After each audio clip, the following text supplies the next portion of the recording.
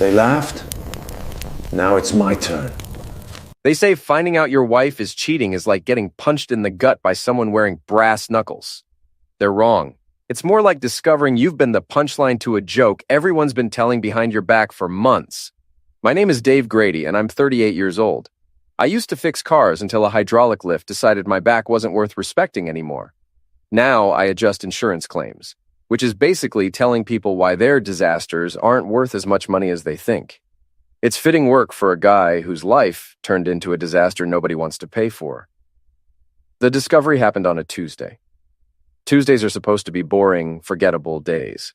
Nothing earth-shattering should happen on a Tuesday. But there I was, looking for my phone charger in Carla's gym bag, when my fingers found something that definitely wasn't workout equipment. A second phone. A cheap burner with a pink case covered in little hearts. My wife Carla manages Murphy's Bar downtown.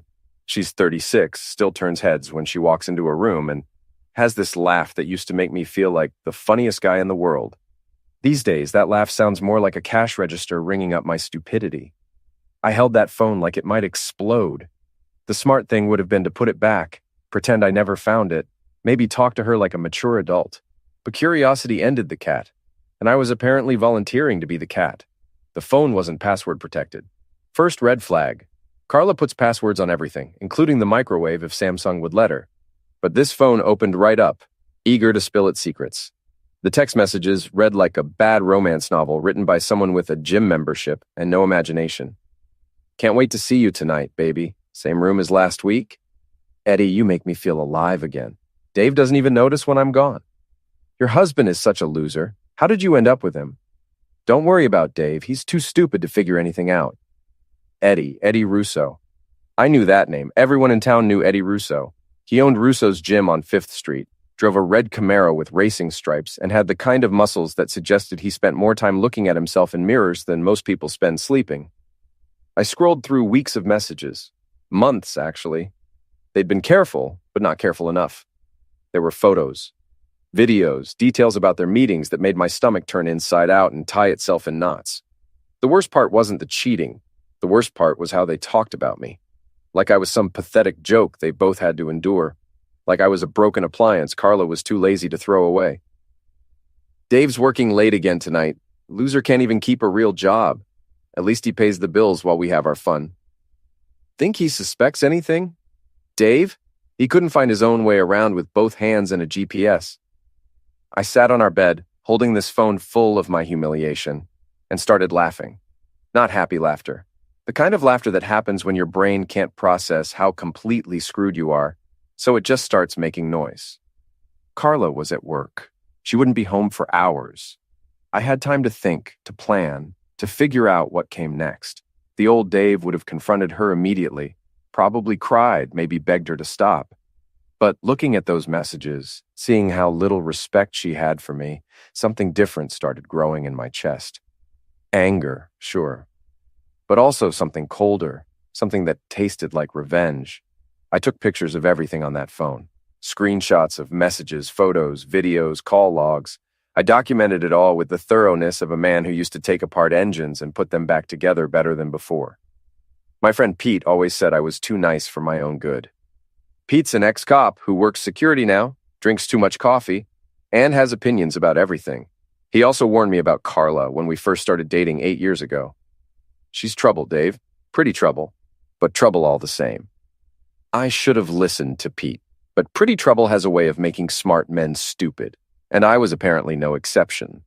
By the time Carla came home that night, I'd made my decision. I wasn't going to be the crying, begging husband. I wasn't going to be the pathetic joke they laughed about between their motel room sessions. I was going to be something else entirely. "Hey, babe," Carla said, dropping her purse by the door. "How was your day?" She looked tired, but there was something else in her expression. Guilt, maybe, or just the exhaustion that comes from living a double life. "Interesting," I said, holding up the burner phone. "Found this in your gym bag." The color drained from her face like water from a broken sink. For a moment, she just stared at the phone, probably calculating how much trouble she was in and what lies might get her out of it. "Dave, I can explain."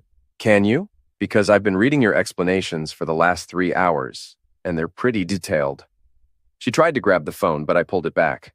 Amazing how quick reflexes come back when you're motivated by pure fury. "That's not mine," she said, which might have been the stupidest lie in the history of stupid lies. Someone must have put it in my bag. Someone? Who? The cheating wife fairy? Don't be sarcastic, Dave. It doesn't suit you. You know what doesn't suit me, Carla? Being married to a woman who thinks I'm too stupid to notice when she's screwing the local musclehead. She changed tactics, went for tears. Dave, please, it's not what you think. It's exactly what I think. It's exactly what these messages say it is. It's exactly what these photos show it is. The tears stopped, just like that, like turning off a faucet. That's when I knew for certain that everything between us had been fake for longer than I wanted to admit. "So, what now?" she asked. "You going to divorce me? Take half of nothing?" "I'm going to think about it," I said, "while you figure out where you're sleeping tonight, because it's not here." She grabbed her purse and headed for the door, but stopped with her hand on the knob. "You know what your problem is, Dave? You never fight for anything. You just accept whatever happens to you like some kind of victim. Maybe if you'd fought for me, for us, instead of feeling sorry for yourself all the time, I wouldn't have needed to find someone who made me feel wanted. And maybe, if you'd been honest instead of sneaking around like a teenager, we could have worked things out. But we'll never know now, will we?" She slammed the door hard enough to rattle the windows. I sat in the quiet house, still holding that phone, and smiled for the first time in months. Not because I was happy, because I finally knew exactly who I was dealing with, and more importantly, I knew who I was going to become. The joke had been on me for months, but every good joke needs a punchline, and I was just getting started. Pete's coffee shop isn't actually owned by my friend Pete. It's owned by a Greek guy named Dimitri who couldn't care less what people call his place as long as they buy coffee and don't cause trouble. Pete just drinks enough coffee there to qualify for partial ownership, and Dimitri lets him use the back booth as his unofficial office. I found Pete there the next morning, reading yesterday's newspaper and working on his third cup of coffee since sunrise. Pete's got gray hair, suspicious eyes, and the kind of mustache that went out of style in 1985, but somehow works for him. "You look like heck," he said when I sat down across from him. "Thanks. You always know just what to say." "What happened?" I told him everything. The phone, the messages, Carla's reaction, the whole pathetic story. Pete listened without interrupting, which is unusual for him. Usually he's got opinions before you finish talking. "So what's your plan?" he asked when I finished. "That's what I'm here to figure out. You could divorce her, take her for whatever she's got, which is nothing. We don't own anything worth fighting over, and she'd probably get alimony since I make more than she does. You could beat up Eddie.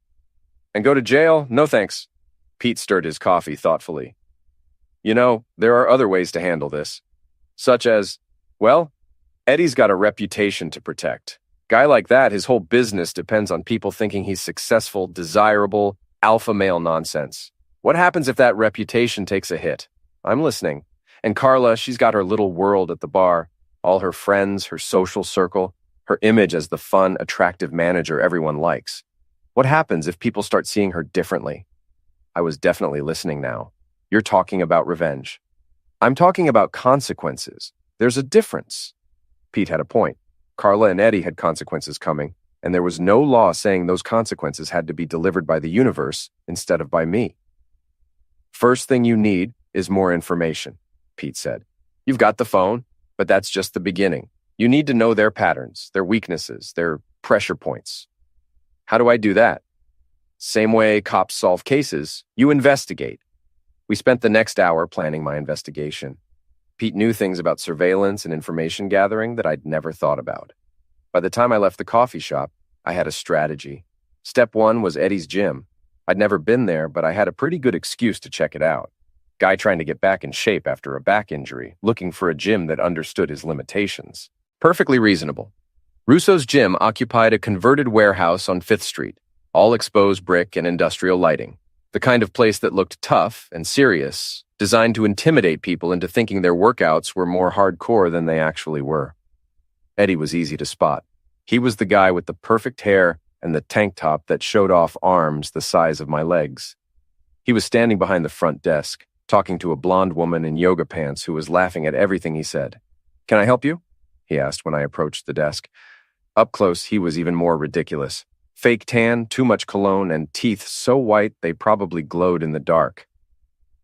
"I'm looking for a gym," I said. "Heard good things about this place." "You heard right. Eddie Russo." He stuck out his hand for a shake that was probably designed to crush my fingers and establish dominance. "I've been shaking hands with mechanics and insurance adjusters for 20 years. I know how to handle a power play." "Dave?" I said, matching his grip. "Dave Grady." If he recognized the name, he didn't show it. Either he was a better actor than I expected, or Carla had never mentioned her husband's name during their romantic conversations. "What kind of workout are you looking for, Dave?" "Nothing too crazy. I've got a bad back, need to build up some core strength, maybe lose a few pounds." "We can definitely help with that. Rick." He called over a younger guy with arms like tree trunks and a face like a friendly golden retriever. "Show Dave around, get him set up with a tour." Rick was enthusiastic about everything. The weight machines were amazing. The cardio equipment was state-of-the-art. The locker room had towel service. The group fitness classes were incredible. By the time we finished the tour, I knew the layout of the entire building and had identified 3 different ways to get in and out without being seen. "So, what do you think?" Rick asked as we returned to the front desk. "Impressive," I said. "Let me think about it and get back to you." "No problem. Here's Eddie's card. He's usually here most evenings if you have questions." Most evenings. Interesting. I wondered how he managed to squeeze in his motel meetings with my wife. I spent the rest of the day driving around town, learning Eddie's routine. His red Camaro was easy to follow, and he wasn't particularly careful about being watched. He went from the gym to a sports bar for lunch, then to a tanning salon, then back to the gym. At 6 o'clock, he left the gym and drove to the Sunset Motel on Route 9, the same motel mentioned in those text messages. I parked across the street and waited. 20 minutes later, Carla's Honda pulled into the parking lot. She parked 3 spaces away from Eddie's Camaro, looked around nervously, then knocked on the door of room 237. Eddie opened the door, wearing nothing but a towel. They kissed like teenagers, all hands and urgency, before disappearing inside. I sat in my car for 2 hours, taking pictures of their vehicles, the motel, the room number, building my case like Pete had taught me. When they finally came out, they looked satisfied and relaxed. Carla checked her hair in her car's side mirror before driving away. Eddie lit a cigarette and leaned against his car like he was posing for a magazine cover. That night, Carla came home acting like nothing had happened. "How was work?" I asked. "Busy. Tuesday nights are always crazy." She was a good liar. I had to give her that. If I hadn't seen her at the motel, I might have believed her. "I'm thinking about joining a gym," I said. "That's great, babe. Which one? Russo's gym, you know it?" She didn't even blink. "I think I've heard of it. Downtown somewhere? 5th Street. The owner seems like a real character. I'm sure you'll like it." She went to bed early, claiming she was tired from her busy day at work. I stayed up late, planning phase 2 of my investigation. The next morning, I called in sick to work and drove to Murphy's bar. It was closed, but I could see Carla's car in the parking lot. She was probably doing inventory or paperwork, the boring parts of managing a bar that happened during daylight hours. I parked down the street and waited. Around noon, she came out with another woman I recognized from the text messages. Jessie, Carla's best friend, and apparently her confidant in all things adultery-related. They got in Jessie's car and drove to a restaurant across town. I followed at a distance, parked where I could see their table through the window and watched them have what looked like a very animated conversation. I couldn't hear what they were saying, but I could read body language. Jessie was excited about something, gesturing with her hands, leaning forward like she was sharing gossip. Carla was laughing, looking relaxed and happy in a way I hadn't seen at home in months. They were probably talking about Eddie, about their secret affair, about how stupid and clueless I was. I took more pictures, Carla and Jessie at lunch, looking like they didn't have a care in the world. Evidence that my wife was living her best life while lying to my face every single day. By the time I got home that evening, I had enough information to confront them both. I could have called lawyers, filed for divorce, made everything official and legal and boring. Instead, I called Pete. "I'm ready for phase 2, I told him. "What's phase 2? "Making sure they know I'm not as stupid as they think I am." Pete was quiet for a moment. "Dave, are you sure about this? Once you start down this road, there's no going back." "They started down this road months ago. I'm just catching up." "All right then, let's talk strategy." We talked for 2 hours. By the time I hung up, I knew exactly what I was going to do next. The joke had been on me long enough. Time to start writing some new material. Thursday night, Eddie's routine was as predictable as a Swiss watch. Gym until 8, sports bar until 9:30, then home to his apartment above the pizza place on 3rd Street. The man was a creature of habit, which made him an easy target. I waited until he was settled at his usual table in Mickey's sports bar, surrounded by his usual crowd of admirers, before I made my move. The parking lot behind the bar was poorly lit, and mostly empty except for Eddie's precious red Camaro. I'd spent the afternoon at the hardware store buying supplies and remembering skills from my mechanic days. Nothing illegal, nothing that would cause permanent damage. Just a few modifications that would make Eddie's evening more interesting. The valve stems on his tires were easy to access. A few quick turns with needle-nose pliers, and his car would be sitting on 4 flats within an hour. Not slashed tires, which would be vandalism. Just loosened valve stems, which could happen to anyone with bad luck. The hood was unlocked, because Eddie was the kind of guy who thought his reputation was better security than actual security. I popped it open and got to work. A little sugar in the oil filler cap wouldn't hurt the engine, but it would make some interesting noises. Disconnecting the battery cable would prevent the car from starting until someone who knew what they were looking for could fix it. The piece de resistance was the message I spray-painted across his windshield in bright red letters. Cheaters always get caught. Not subtle, but effective. I was back in my car across the street when Eddie came out of the bar an hour later. He was walking with that confident swagger that came from too many beers and too much praise from his drinking buddies. The swagger disappeared when he saw his car. What the heck? He walked around the Camaro like he was surveying a crime scene, taking in the flat tires, the message on the windshield, the hood that was slightly ajar. He pulled out his phone and started making calls, probably to a tow truck and the police. I drove home, parked in my garage, and waited for Carla to get back from work. She came through the door at 11:30, looking tired and distracted.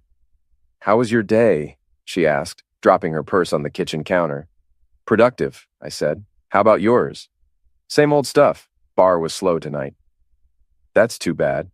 Hey, did you hear about any trouble downtown? Police cars, tow trucks, that kind of thing?" She shook her head. "No. Why?" "Just curious. Sometimes I pick up police chatter on my old radio." She went to bed without mentioning Eddie or any phone calls from worried lovers. Either she was a better actress than I thought, or Eddie hadn't told her about his car trouble yet. The next morning, I drove past Russo's gym on my way to work. Eddie's Camaro wasn't in the parking lot, and there was a handwritten sign on the door. "Closed for equipment maintenance, reopening Monday." Equipment maintenance. Right. At lunch, I stopped by Pete's coffee shop to give him an update. "Sounds like your message was received," he said. "That was just the opening act. I want them to know someone's watching. Someone knows what they're doing." "What's next?" Carla's turn. Murphy's Bar had a reputation as the kind of place where everybody knew everybody, and gossip traveled faster than spilled beer. Carla had built her social life around that bar, made herself the center of attention and conversation. She loved being the popular, attractive manager that all the regulars wanted to talk to. That popularity was about to become a liability. I spent Friday evening at Murphy's, nursing a beer in a corner booth and listening to conversations. Carla was working behind the bar, laughing with customers, playing her role as the fun, flirty bartender who made everyone feel special. Around 9 o'clock, her phone buzzed. She glanced at the screen and her expression changed. Worried, maybe a little scared. She stepped into the back room to take the call, Eddie probably telling her about his car trouble. When she came back, she was distracted, kept checking her phone, jumping every time it made a sound. The easy confidence was gone, replaced by nervous energy that her regular customers started to notice. "You okay, Carla?" asked Jim, a construction worker who'd been coming to Murphy's for 20 years. "Fine, just tired," she said, but her smile looked forced. I finished my beer and left, but not before I'd heard enough conversations to know that Murphy's Bar was the kind of place where secrets didn't stay secret for long. Saturday morning, I put phase 2 into motion. I'd created an anonymous email account and spent hours crafting the perfect message. Not threatening, not obviously, from a jealous husband, just concerned citizens sharing information about local business owners. The email went to the president of the Downtown Business Association, the editor of the local newspaper's lifestyle section, and the administrators of 3 different Facebook groups dedicated to local gossip and community news. The message was simple. Thought you should know that Eddie Russo from Russo's Gym and Carla Grady from Murphy's Bar have been having an affair for months. They meet at the Sunset Motel every Tuesday and Thursday. Attached are photos and screenshots of their text messages. Some people think the community should know what kind of people are representing our local businesses. I attached selected screenshots from Carla's burner phone, carefully edited to remove anything that mentioned me by name, just enough evidence to prove the affair without revealing my identity as the source. Then, I sat back and waited for the internet to do what the internet does best: spread gossip at the speed of light. By Sunday afternoon, my phone was ringing. "Dave, it's Pete. You need to see the Downtown Business Facebook page." I pulled up Facebook on my laptop and found the post. Someone had shared my email, complete with photos and screenshots. The comments section was exploding with reactions, everything from shock to disgust to people claiming they'd suspected something all along. "Holy crap," one comment read. "I knew there was something going on between those two. They were way too friendly at the Chamber of Commerce mixer." "This is disgusting," wrote another. "I'll never set foot in Murphy's bar again. Eddie Russo is a sleazebag. I'm canceling my gym membership tomorrow." The post had been shared 47 times in 6 hours. My phone rang again. This time it was a number I didn't recognize. "Hello? Is this Dave Grady?" The voice was male, unfamiliar, and angry. "Who's asking?" "This is Eddie Russo. We need to talk." "I don't think we have anything to talk about, Eddie." "You know perfectly well we do. Meet me at the gym in an hour, or I'm coming to your house." He hung up before I could respond. I called Pete. "Eddie wants to meet. Says he's coming to my house if I don't show up at the gym." "Don't go to the gym," Pete said immediately. "That's his territory, his advantage. If he wants to talk, make him come to you." "What if he actually shows up here?" "Then you'll be ready for him." Pete was right. I'd started this game, and I needed to be prepared to finish it. Eddie was bigger and stronger, but I was smarter and more motivated. Plus, I had the home field advantage. I spent the next hour preparing for a confrontation I hoped wouldn't happen, but knew was inevitable. The doorbell rang at exactly 6 o'clock. Through the peephole, I could see Eddie standing on my front porch wearing jeans and a tight t-shirt that showed off his muscles. He looked angry, but also nervous. Probably not used to being on the defensive. I opened the door, but left the chain lock engaged.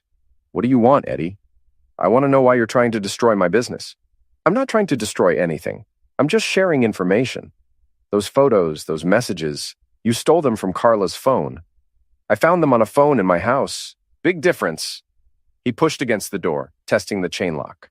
"Open the door, Dave. Let's settle this like men. We're settling it right now. You want to screw my wife, that's between you and her. But you made it my business when you started talking about me like I was some kind of joke. Carla said you were pathetic, and she was right. What kind of man hides behind anonymous emails instead of facing his problems? The kind of man who's smart enough not to get into fistfights with steroid cases." Eddie's face turned red.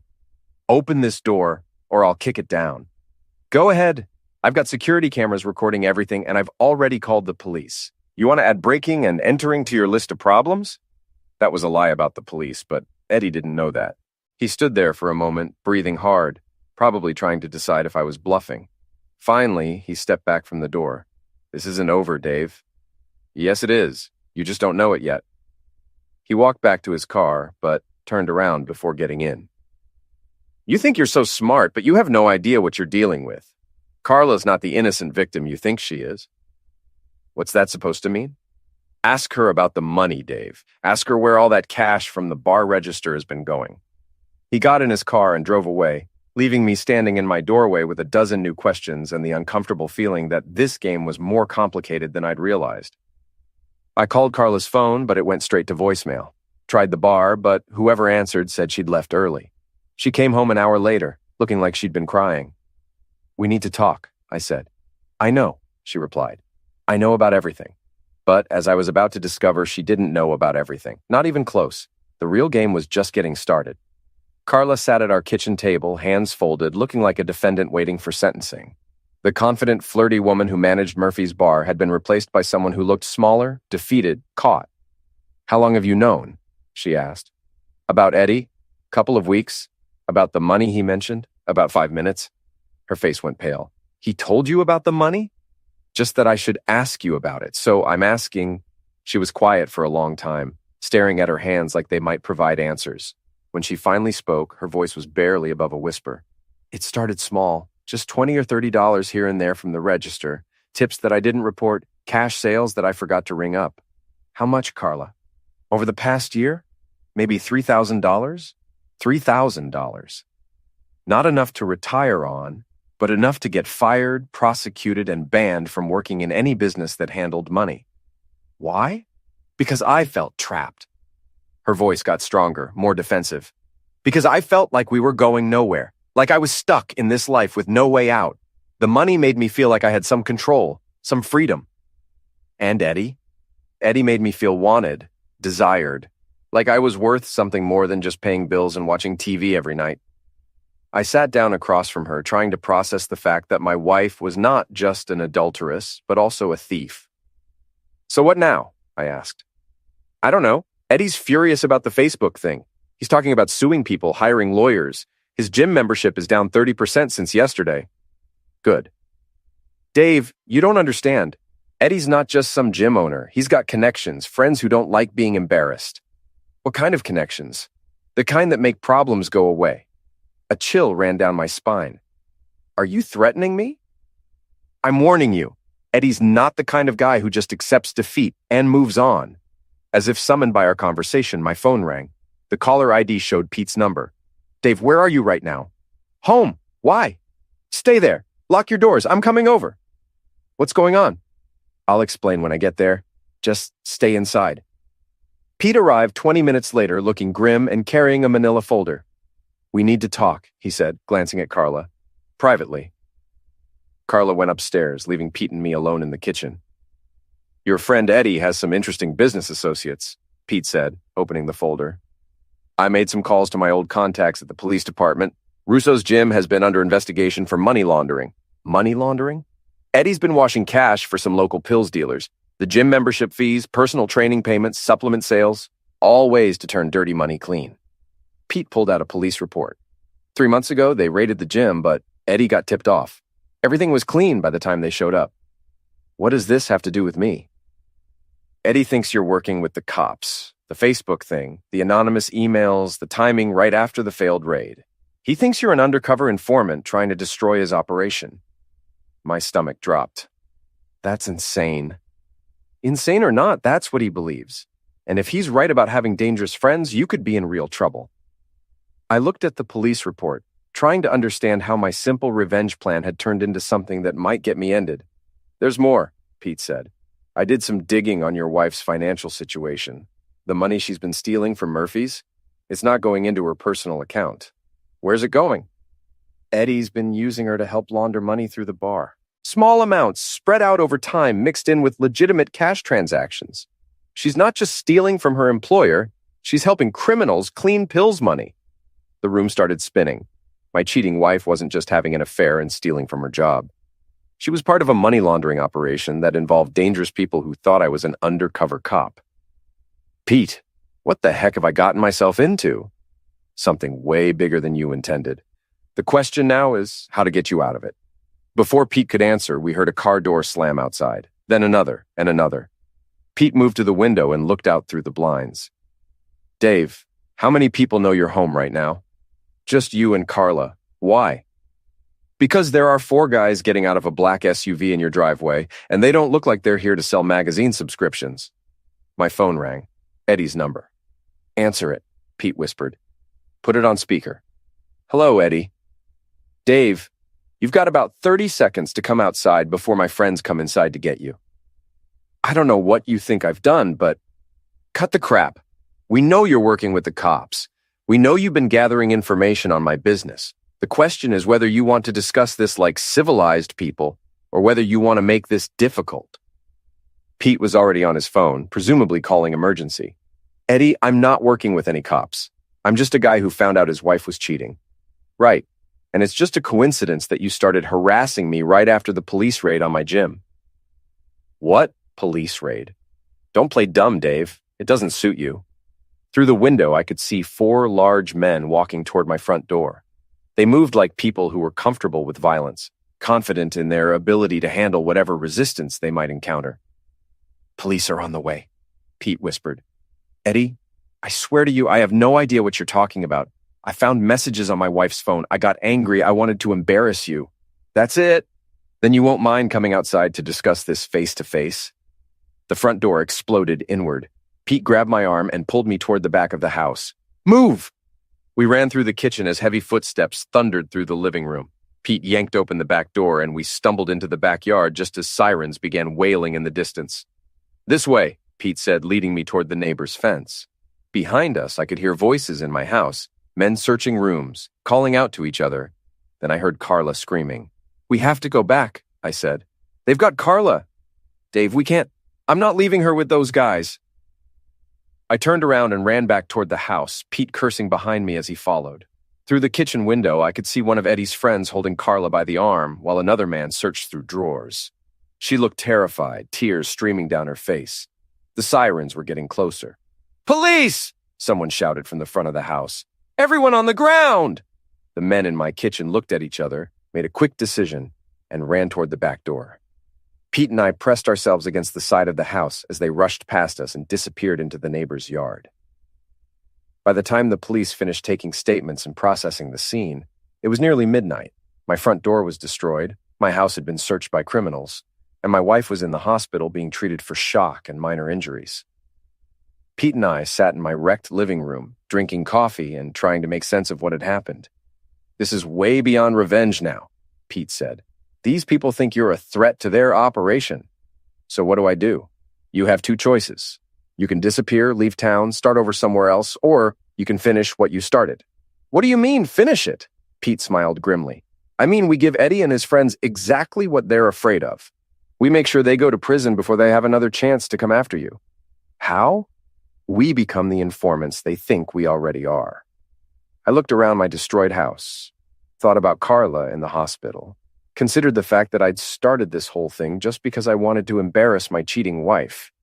Pete, I think I'm in way over my head. Maybe, but it's too late to turn back now. These guys won't stop until they're convinced you're not a threat. The only way to make that happen is to actually become the threat they're afraid of. He was right. I'd wanted revenge, and I'd gotten it. But now revenge wanted me back, and it was bigger, meaner, and more dangerous than anything I'd imagined. The game had changed completely. The question was whether I was smart enough to win it. Outside, Eddie's black SUV drove slowly past my house, and I knew the answer to that question was going to determine whether I lived long enough to regret starting this whole mess. The joke wasn't funny anymore. 3 days later, I was sitting in a federal building downtown, wearing a wire and trying not to sweat through my shirt. The FBI agents across from me looked like they'd stepped out of a recruitment poster, clean-cut, serious, and completely unimpressed by my story. Let me make sure I understand this correctly, Agent Sarah Martinez said, reviewing her notes. You started harassing Eddie Russo because he was having an affair with your wife. You had no knowledge of his money laundering operation or his connection to pills trafficking. That's right.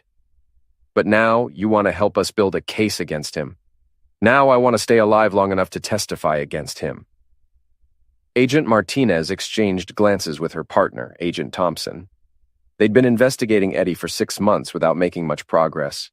My accidental involvement had given them the opportunity they needed.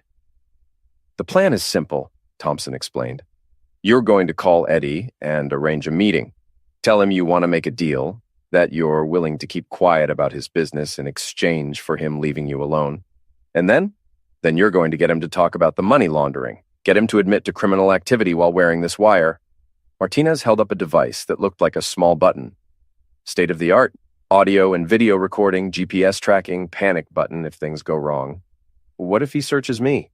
He won't. Guys like Eddie are arrogant. They think they're smarter than everyone else. He'll want to gloat, to explain how powerless you are compared to him. I hoped they were right. Because if they were wrong, I'd be dead before backup could arrive. The meeting was set for that evening at Eddie's gym. After hours, just the two of us, supposedly so we could work out our differences like civilized adults. Pete drove me to the gym, parked across the street where he could watch the entrance. You sure about this? He asked. No, but I'm sure about what happens if I don't do it. If things go bad, don't try to be a hero. Just get out. Thanks for the pep talk. Eddie was waiting for me in the main workout area, surrounded by weight machines and mirrors. He looked relaxed, confident, like a man who held all the cards. Dave, thanks for coming. Thanks for not bringing your friends this time. He smiled. That was unfortunate. But you have to understand, I thought you were working with the police. And now? Now I think you're just a guy who got in over his head. The question is whether you're smart enough to get yourself out. I activated the recording device in my pocket. I'm listening. Here's the situation, Dave. I run a business, several businesses actually. Some of them are more complicated than others, and they require a certain level of discretion from people who might accidentally learn about them. Such as husbands who start investigating their wives and discover information they weren't meant to find. Eddie walked over to a weight bench and sat down, completely at ease. Carla's been very helpful to me, Dave. Not just personally, but professionally. She's got access to cash transactions at the bar. She understands how to handle money in ways that don't attract attention. You mean she's been laundering money for you? I mean, she's been helping me manage my various income streams. There's a difference. Not to the IRS, there isn't. Eddie laughed. The IRS is the least of your worries right now, Dave. See, the people I work with don't like complications. They don't like attention. And they really don't like the possibility that someone might share information about their business arrangements with law enforcement. I already told you I'm not working with the police. Maybe not yet. But what happens when they come asking questions? What happens when they offer you immunity in exchange for testimony? He stood up and walked closer to me. That's why we need to reach an understanding. What kind of understanding? The kind where you forget everything you think you know about my business. The kind where you and Carla get divorced quietly without any messy legal proceedings that might require financial disclosure. The kind where you move somewhere far away and start a new life. And if I don't agree to that understanding, Eddie's smile disappeared. Then my friends and I will have to solve this problem in a more permanent way. You're threatening to end me. I'm explaining the consequences of not being reasonable. The Wire was getting everything. Eddie's admission of money laundering, his threats, his connection to dangerous associates. The FBI would have enough evidence to arrest him and probably flip him against his pills dealer partners. But first, I had to get out of the gym alive. I need some time to think about this, I said. You have until tomorrow night. After that, the offer expires. And Carla? Carla's already made her choice. She's been working with me for over a year, Dave. This isn't some romantic affair that got out of hand. She's been a willing participant in everything we've done. That hit harder than I expected. Not just the cheating, but the calculated deception. The year-long betrayal that went far beyond love. I should go, I said. Dave. Eddie's voice stopped me at the door. Don't make this more complicated than it needs to be.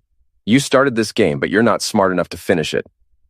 I walked out of the gym, crossed the street to Pete's car, and collapsed into the passenger seat.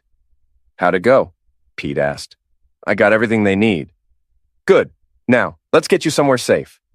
But as Pete started the car, my phone rang. Agent Martinez. Dave, we've got a problem. Eddie's not at the gym anymore. What do you mean? I just left him there. Our surveillance team says he left right after you did. He's in the wind. My blood turned cold. What about Carla? We're sending units to the hospital now. Pete was already driving toward the hospital, pushing his old car as fast as it would go. We arrived to find police cars in the parking lot and FBI agents in the lobby. Agent Thompson met us at the elevator. She's gone, Dave. Checked herself out an hour ago, said her husband was coming to pick her up. I didn't pick her up. We know. We think Eddie took her. My phone buzzed with a text message from an unknown number. Want to see your wife again? Pier 47, Warehouse District. Come alone, or she disappears permanently. They want a trade, I told the agents. It's a trap, Martinez said. Eddie knows you're working with us now. He's going to end both of you. Maybe, but if I don't show up, he'll definitely end Carla. Thompson shook his head. We can't let you go in there alone. You won't be letting me do anything. I'm going whether you approve or not. An hour later, I was walking through the Warehouse District wearing a heavier wire and followed by a dozen federal agents I couldn't see but hoped were there. Pier 47 was an abandoned loading dock surrounded by empty buildings and broken streetlights. Eddie's black SUV was parked near the water, engine running. Eddie stepped out of the shadows, holding Carla by the arm. Even from 50 feet away, I could see that she was scared, hurt, probably sedated. That's close enough, Dave. Let her go, Eddie. This is between us. No, it's between all of us. See, Carla here has been telling me some interesting things about your recent activities. About your new friends in law enforcement. He pulled Carla closer to the edge of the pier. The question is whether you care enough about your cheating, lying, criminal wife to die for her. Eddie, you don't have to do this. You can still walk away. Walk away? Dave, you destroyed my business, turned my customers against me, made me look like a fool in front of people whose respect I need to stay alive. So what now? You end us both and hope that solves your problems? Now I send a message to the FBI, to my business partners, to anyone else who thinks they can mess with Eddie Russo. He pulled out a tool, pointed it at Carla's head. Any last words, Dave? Yeah, duck. The sniper's bullet hit Eddie in the shoulder, spinning him around and sending the tool flying into the water. FBI agents emerged from every shadow, surrounding the pier with tools drawn and spotlights blazing. Eddie collapsed, injured and cursing, as Agent Martinez cuffed him. Carla ran to me, sobbing, clinging like I was the only solid thing in a world that had suddenly become very unstable. It's over, I told her. It's finally over. But even as I said it, I knew it wasn't true.